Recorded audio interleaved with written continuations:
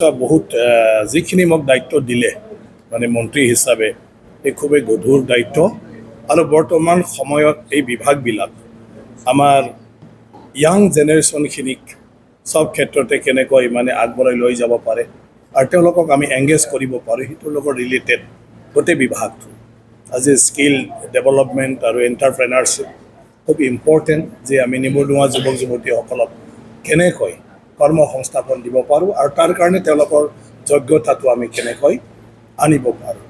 এটাটো হ'ল হেণ্ডলুম আৰু চেৰিকালচাৰ এয়া অত্যন্ত ইম্পৰ্টেণ্ট অসমৰ কাৰণে আৰু সেয়া হ'ল আমাৰ পৰম্পৰা আৰু যিটোৰ জৰিয়তে আমি আমাৰ মানে ঘৰখনৰ গোটেইটো আৰ্থিকভাৱেও এইটো আমি ঠিক কৰি লৈ আহি আছোঁ আগৰ দিনৰে পৰা।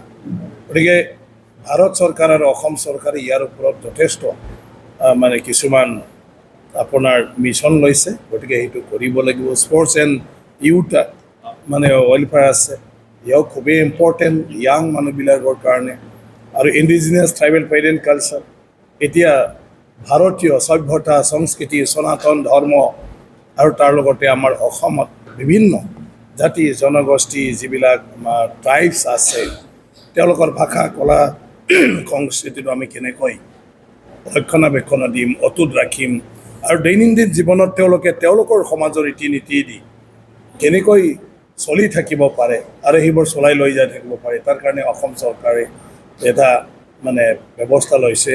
মাননীয় মুখ্যমন্ত্ৰী ডাঙৰীয়াই এইটো খুব গুৰুত্ব প্ৰদান কৰিছে। গতিকে প্ৰত্যেকটা বিভাগ যিটো দিছে সেয়া অসমৰ প্ৰত্যেকজন নাগৰিকৰ লগত জড়িত, গতিকে বহুত গধুৰ দায়িত্ব। তথাপিও মোৰ ওপৰত যিহেতু বিশ্বাস এটা ৰাখি এই দায়িত্বখিনি দিছে, মোৰ গোটেইটো মোৰ জীৱনটোত মই অলপ টাচ কৰি অহা এইবোৰ কামত মই জড়িত হৈ আহিছোঁ।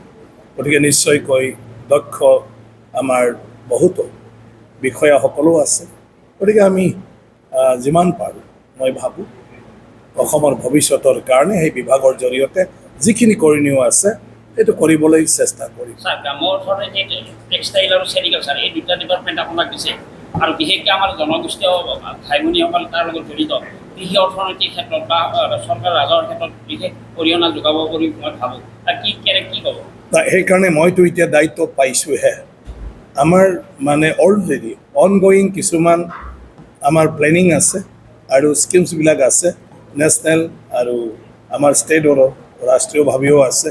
তো এতিয়া মই মন্ত্ৰী হোৱাৰ পিছত এতিয়া যিহেতু মই বিষয়াসকলৰ লগত কথা পাতিম এই বিষয়ত বিভিন্ন তথ্য ল'ম, বাকী আমাৰ পৰম্পৰা ইয়াৰ গোটেই মানে কিবিলাক মানে কাম কৰাটো অত্যন্ত প্ৰয়োজন সেইটো মই বুজি পাওঁ, কিন্তু স্ক'পটো কি আছে এইটো চাই লৈ পেলাই উদ্যোগ ল'ম।